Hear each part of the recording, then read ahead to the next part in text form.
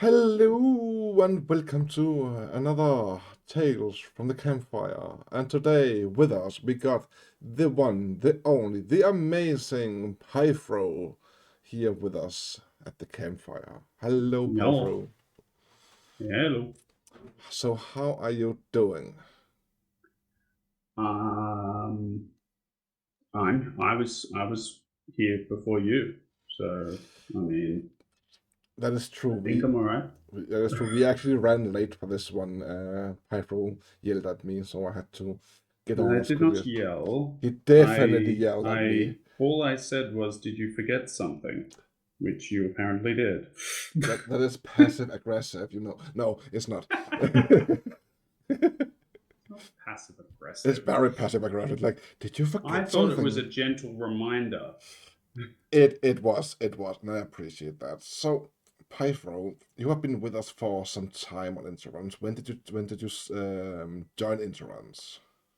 It would have been midway through season four.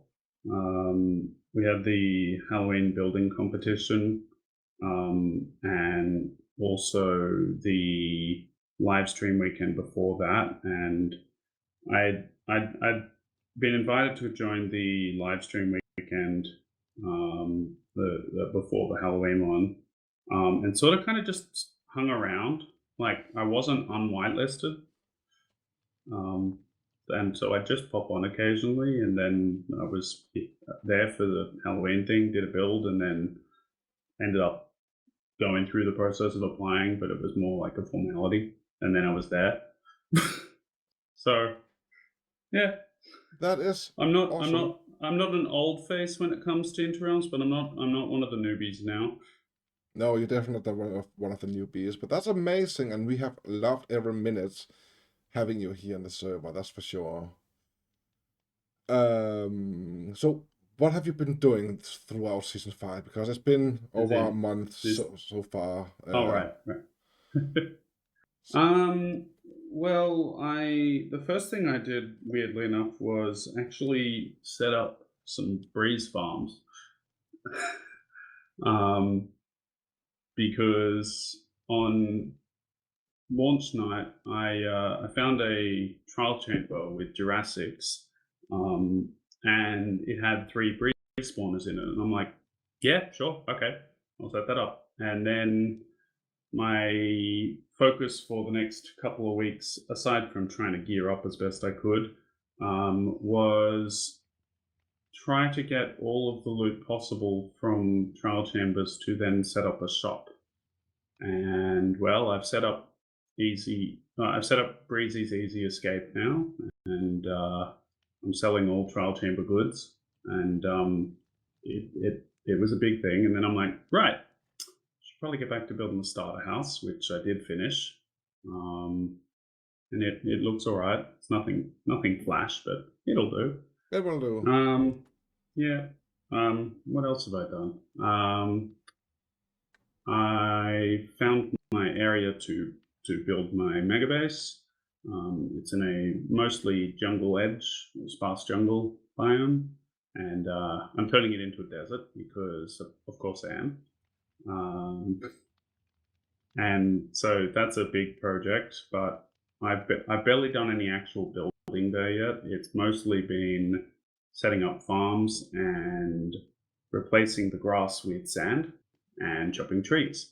Sweet. And so I have a lot of farms now, in a big hole in the ground, underground.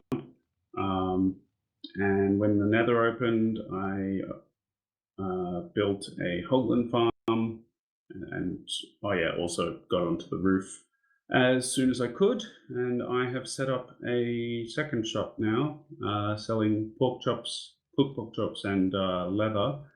And that shop is called Not Even with a Fork because it is untouched by human hand or cutlery.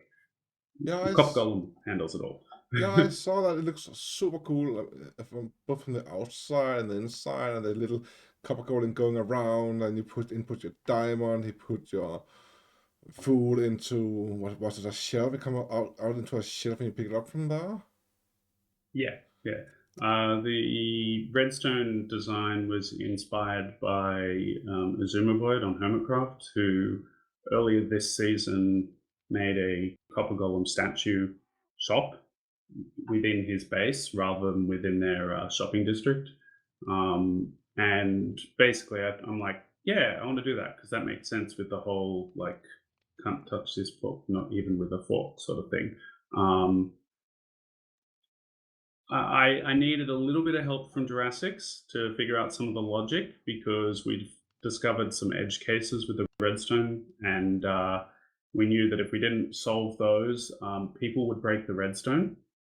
Um, then on my own, I discovered, if I just make it so people can't actually access the chest that the copper golem puts the bundles of stuff in, and instead have it go out into a shelf, then I don't need to worry about some of these situations. And voila, we have the final result. That is Yeah. so cool.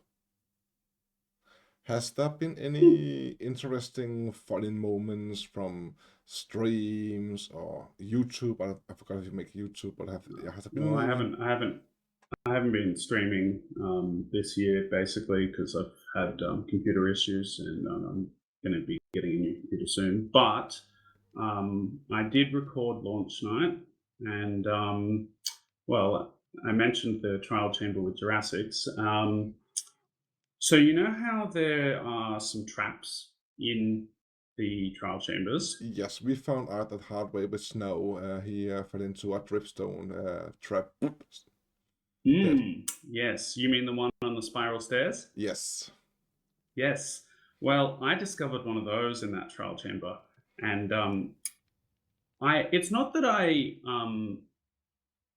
lied to Jurassics. I just didn't tell him it was there, and I couldn't push him because PvP wasn't enabled. I just happened to get in the way, and he slipped and fell to his death, and it was hilarious. Do you have that? Do you But have he that says I recording? pushed him.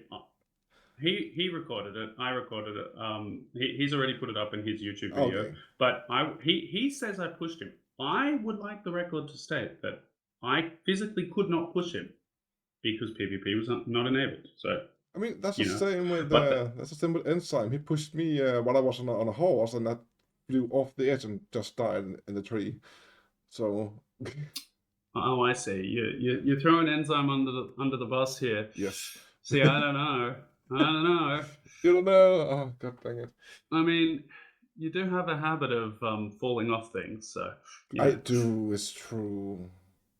Yeah. So What else has been going on that's funny? I mean, I'd say my anxiety getting the better of me in the finale of the Grand Prix, the Nautilus Grand Prix, and me accidentally getting off my Nautilus. That was pretty funny. oh no. I wish I could. Yeah. I wish I could have been there to see it, but sadly I was not home. No, that's all right. Yeah, no, I'd never actually been on the Nautilus before the races, and somehow I managed to get to the final race. And then when Troy said go, I had a terrible start. I was late to actually leave the starting line, and then panicked and jumped off the Nautilus. So I was trailing behind Delaney and Chemist for the entire race, but I will say, as they crossed the finish line, I was maybe 2 seconds behind them max. So I caught up. Oh, that's amazing. That's nice. But yeah, no, Eleni got the win. Yeah, she did. And I was just happy that Chemist didn't. I think we all are. I think everyone was. Yes. Yeah. We're a little bit over time here, so let's try. I'm more interested in where can people find you if they were to find you, like Twitch, YouTube. Oh, etc. sorry.